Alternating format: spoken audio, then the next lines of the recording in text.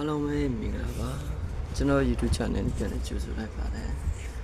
ကျွန်တော်အခုပြသပြီးမှတော့ကျွန်တော်တို့ YouTube channel ထောင်နေပါတော့ကျွန်တော်ဝင်ငွေအမျိုးမျိုးဖုံနီးလန်းမျိုးနဲ့ရှာဖွေကြအောင်ကျွန်တော်အခု YouTube channel အခြေခံစဖွင့်ညကျွန်တော်တင်ပြီးမှဖြစ်ပါတယ်တချို့ကလည်း Facebook page တွေကနေဝင်ငွေရှာကြတာရှိချို့က blogger တွေလောက်ပြီးဝင်ငွေရှာကြတာရှိချို့လည်းTikTok ကချက်ပဲ TikTok ကလည်းခွင့်ဝင်ရှာကြတာရှိတယ်ပေါ့နော်။နီလန်မျိုးဖုံနဲ့ရှာဖွေနေကြတာပေါ့နော်။ကျွန်တော်အခုYouTube channel လေးထောင်ပြီးတော့ကျွန်တော်ဝင်ငွေရရှိအောင်ဘယ်လိုလုပ်ဆောင်ရလဲဟိုဒါ YouTube channel ဘယ်လိုဖွင့်ရလဲအခြေခံဘယ်လိုမျိုးဖွင့်ရလဲဆိုတာလေးကျွန်တော်ကဒီမှာအနေချင်းရှင်းပြတော့မှာပေါ့နော်။ဟောကျွန်တော်တို့အခု YouTube channel ကိုစဖွင့်မယ်ဆိုတော့ကျွန်တော်တို့ဒီ original ပါလဲ YouTube app နေ YouTube app application နေဖွင့်ခြင်းနဲ့ရတယ်။နောက်ဒီမှာကျွန်တော်တို့ဒီမှာကျွန်တော်မျှပြတာဒီ U ဆိုရဲဥစ္စာလေးနှိပ်လိုက်ဒီမှာကျွန်တော်တို့ရဲ့ channel လေးကိုကျွန်တော်တို့ channel ဟိုဒါလေးရအောင်ပါပေါ့နော်ကျွန်တော် channel လေးဒီမှာဟုတ်ပြီဒီမှာ channel ဖွင့်လို့ရမယ်ဒါပေမဲ့ကျွန်တော်ဒီကဖွင့်လို့ရှိရင်မရဘူးလားဆိုတော့ရတယ်ဒါပေမဲ့သိပ်ပြီးတော့မပြည့်စုံဘူးပေါ့နော်အဲ့ဒါကြောင့်ကျွန်တော်ကဒီကနေမဖွင့်မယ်ကျွန်တော်တို့ Chrome browser ကနေတော့ဖွင့်မယ်ကျွန်တော်တို့ကနော်ဒီ Chrome browser ကနေကျွန်တော်တို့ဖွင့်မယ်ဒီ Chrome browser ကနေကျွန်တော်တို့ကဖွင့်ရအောင်ပေါ့နော်ဟုတ်ကဲ့ဒီ Chrome browser ကနေဖွင့်မယ်ကျွန်တော်တို့ဟုတ်ပြီနှိပ်လိုက်မယ်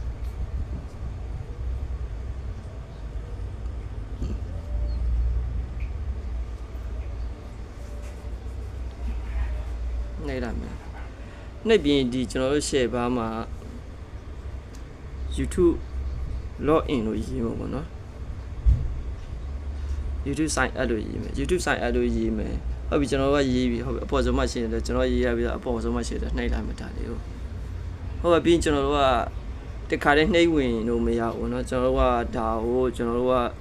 ဒီဟိုတာပြောင်းပေးရမှာเนาะသူ့ကိုကျွန်တော်တို့ကပြောင်းပေးရမယ်ကွန်ပျူတာ site ပုံစံပြောင်းပေးရမှာเนาะဟုတ်ကဲ့ first to YouTube account ဆိုတော့ကျွန်တော်တို့ကနှိပ်လိုက်မယ်ကျွန်တော်အိမ်မှာ sign s ဆိုတာလေးနှိပ်မယ်เนาะဟုတ်ကဲ့ခဏစောင့်မယ်เนาะတစ်ချက်လေးစောင့်ပေးကျွန်တော်ဒါကွန်ပျူတာ site ကျွန်တော်ကပြောင်းလာပြီးသားဖြစ်လို့ပေါ့เนาะမိတ်ဆွေတို့ကဒီ sign app ရေးပြီးတော့ကွန်ပျူတာ site လေးပြောင်းလိုက်ပေါ့เนาะဟုတ်ပြီကျွန်တော်တို့ကဒီမှာကြည့်မယ်เนาะဟုတ်ကဲ့ကျွန်တော်တို့ဒီမှာကြည့်မယ်ဒီမှာ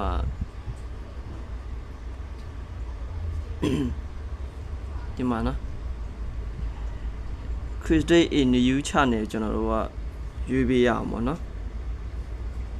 ဟုတ်ပြီကျွန်တော်တို့အဲ့ဒါလေးကိုရွေးမယ်ခဏနေမယ်ဟုတ်ပြီဒီမှာကျွန်တော်ပေးခြင်းနဲ့ကိုကဘာလုပ်ခြင်းနဲ့ food blogger လားအစားအသောက်တွက်လားဘာစက်ပစ္စည်းပြင်ဖို့လားဘယ်လိုလုပ်ဖို့လဲဆိုတာတွေပေးရအောင်ပေါ့နော်ဟုတ်ပြီကျွန်တော်တို့ဒီမှာကွန်ပျူတာလို့ပဲပေးထားမယ်ကျွန်တော်ကွန်ပျူတာမပေးဘူး Facebook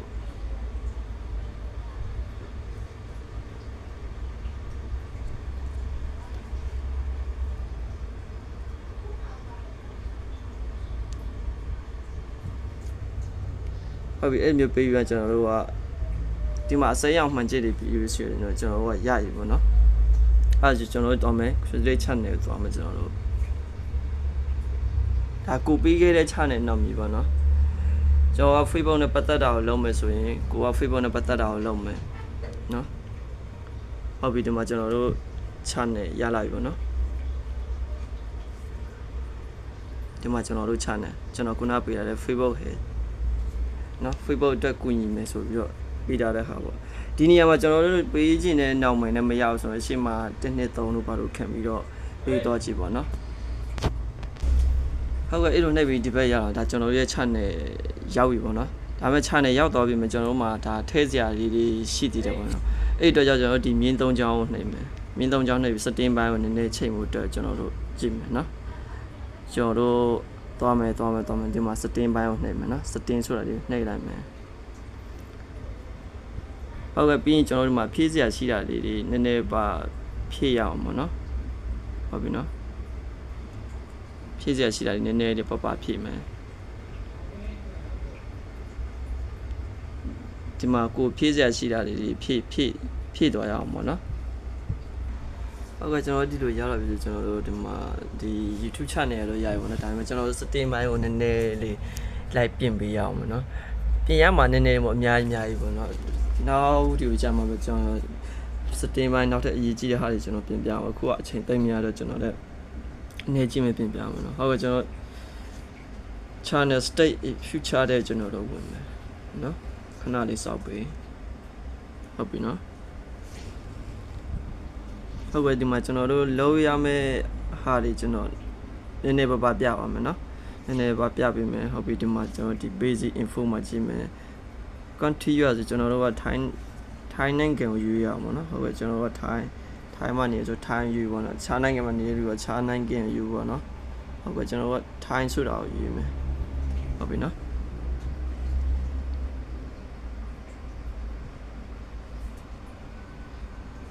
ထိုင်းလန်ယူမယ်ဒီမှာအတွေ့ keyword ဆိုဒီ keyword တွေကအရေးကြီးတယ်နော်အရေးကြီးတယ်ကျွန်တော်တတိပေးတယ်တော်တော်လေးအရေးကြီးတယ်နော်ဒီ keyword ရဒီမှာဒီ keyword နေရာတော်တော်အရေးကြီးပါတယ်နော်ဒါလည်းအသေးချာမှတ်ထားပါเนาะဒီ keyword တွေကအရေးကြီးတယ်ခင်ဗျဒီ keyword ဘာလို့အရေးကြီးလဲဟုတ်ပြီအခုကျွန်တော်ကကိုယ့်ရဲ့ဝါသနာပါရတွေရေးမယ်ကျွန်တော်ကFACE Facebook เนาะ Facebook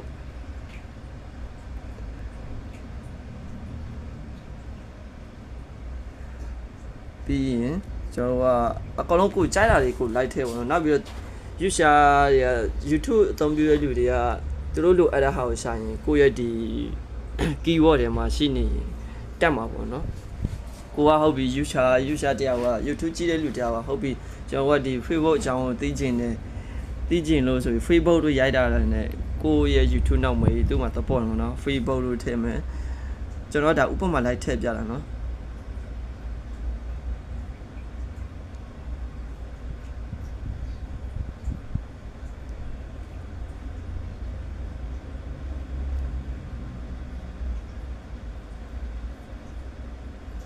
ဒါလည်းကျွန်တော်ထည့်ပြတာတတ်နော်ဟုတ်ပြီ detail လို့ရေးတာဒါ detail ထိုင်းနိုင်ငံမှာဆို detail ဖုန်းကြောင်းစင်ကတ်တွေပါအကြောင်းပေါ့နော်ကိုကဒီမှာ detail စင်ကတ်အကြောင်းနေ line စမတ်အကြောင်းရေးတင်ထားမယ်ဆိုရင် YouTube ကြည့်တဲ့လူက detail စမတ်နေလို့ပါတော့သူကရိုက်ရှာပြီးကြည့်ကိုယ့်ရဲ့ feature မှာဒါတွေပုံမှာပေါ့နော်ဟုတ်ကဲ့ဒါကျွန်တော်ကအကျဉ်းအဖြစ်ကျွန်တော်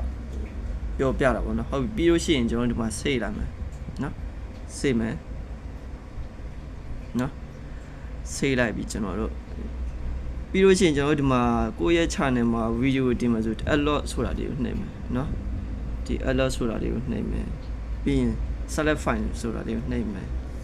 ဟုတ်ပြီเนาะအဲ့လိုပဲတင်သွားရမယ်เนาะအဲ့မှာတင်ဒါကျွန်တော်တော့မတင်ပြတော့เนาะကျွန်တော်တစ်ချက်ဟိုဒါအဖြစ်ပဲပြပေးတာအဖြစ်ပြပေးတာเนาะကျွန်တော်အဖြစ်ပဲပြပေးတာ